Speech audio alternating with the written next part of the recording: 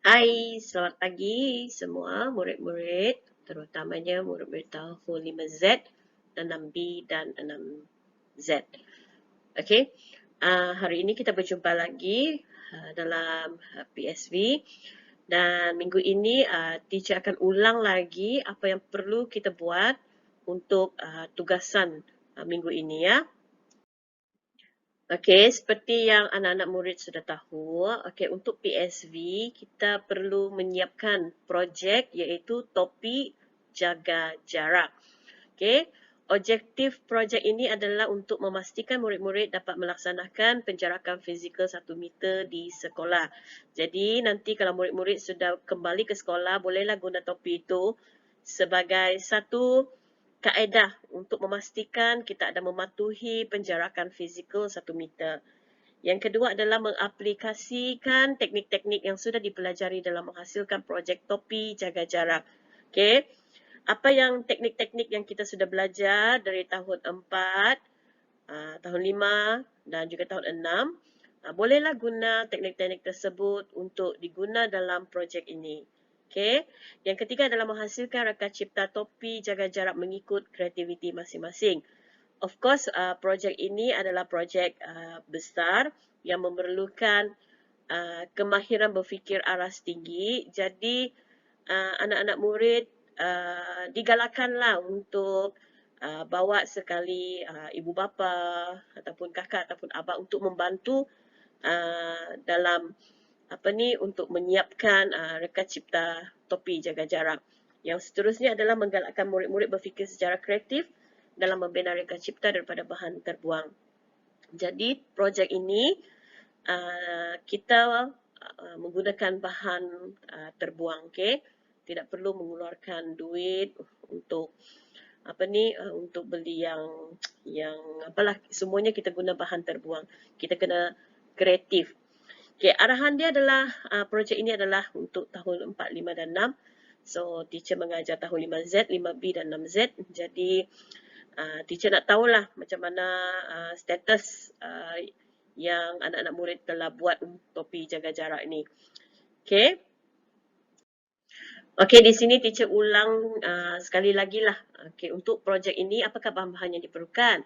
Okey, bahan-bahan yang diperlukan adalah seperti gunting, gam, selotip, bahan buangan seperti kotak, botol dan sebagainya yang rasa sesuai dengan projek, spray pen, watercolor, poster color, hiasan-hiasan yang sesuai dengan projek, kertas warna jika perlu dan apa-apa saja bahan-bahan yang lain yang bersesuaian dengan reka cipta topi jaga jarak.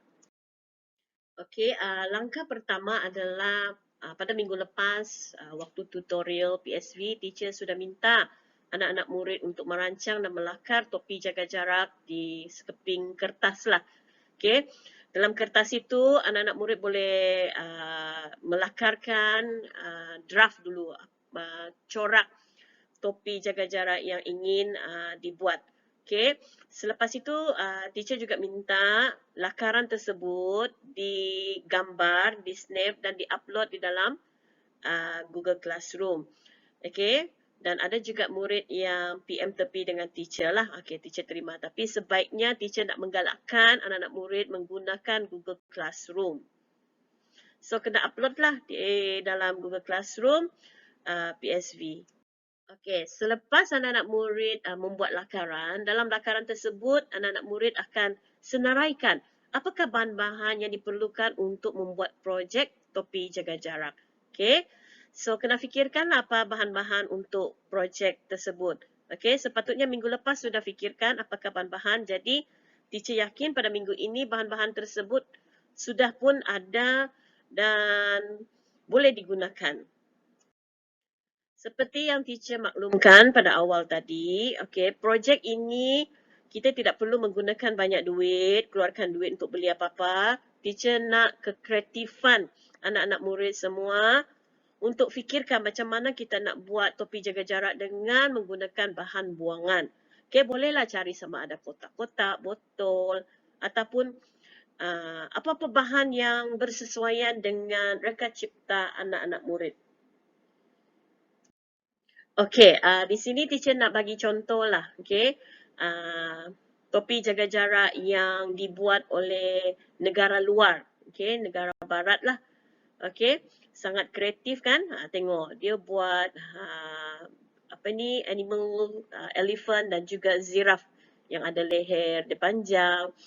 So, ini adalah mengikut kreativiti masing-masing. Jadi, di sini teacher pun menggalakkan anak-anak murid, jangan tertumpu pada slide teacher ini. Anak-anak murid boleh buat buat pembelajaran kendiri untuk mencari sumber maklumat tambahan, sama ada anak-anak murid cari di YouTube, Google kah, atau mana-mana bahan sumber yang lain untuk mendapatkan idea lah. Apa lagi yang boleh dibuat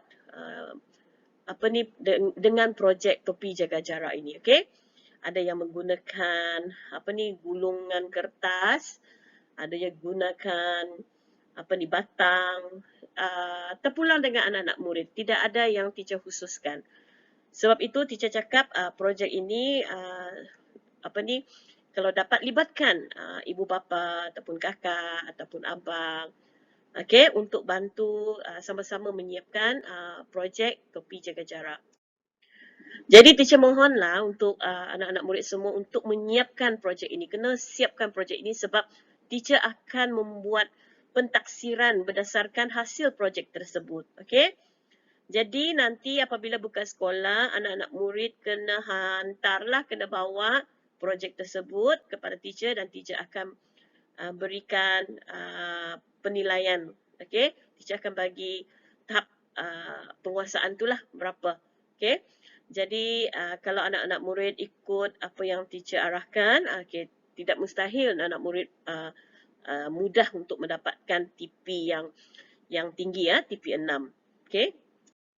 So, selepas ini kita akan masuk kepada bahagian tutorial di mana ambil peluang waktu tutorial ini untuk menyiapkan projek yang sudah dibuat pada minggu lepas dan anak-anak murid sambung untuk minggu ini. Okey, kalau ada murid yang belum lagi mulakan, jadi ambil masa ini untuk buat.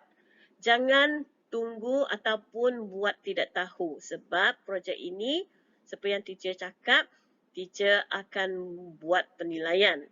Okey, dan wajib untuk dihantar. Kalau apa-apa soalan yang nak ditanya nanti boleh type di ruangan chat tele dan teacher akan jawab. Okey. So selepas ini kita akan masuk ke bahagian tutorial di mana murid-murid akan menggunakan masa itu untuk menyiapkan reka cita topi jaga jarak. Okey, sekian, terima kasih.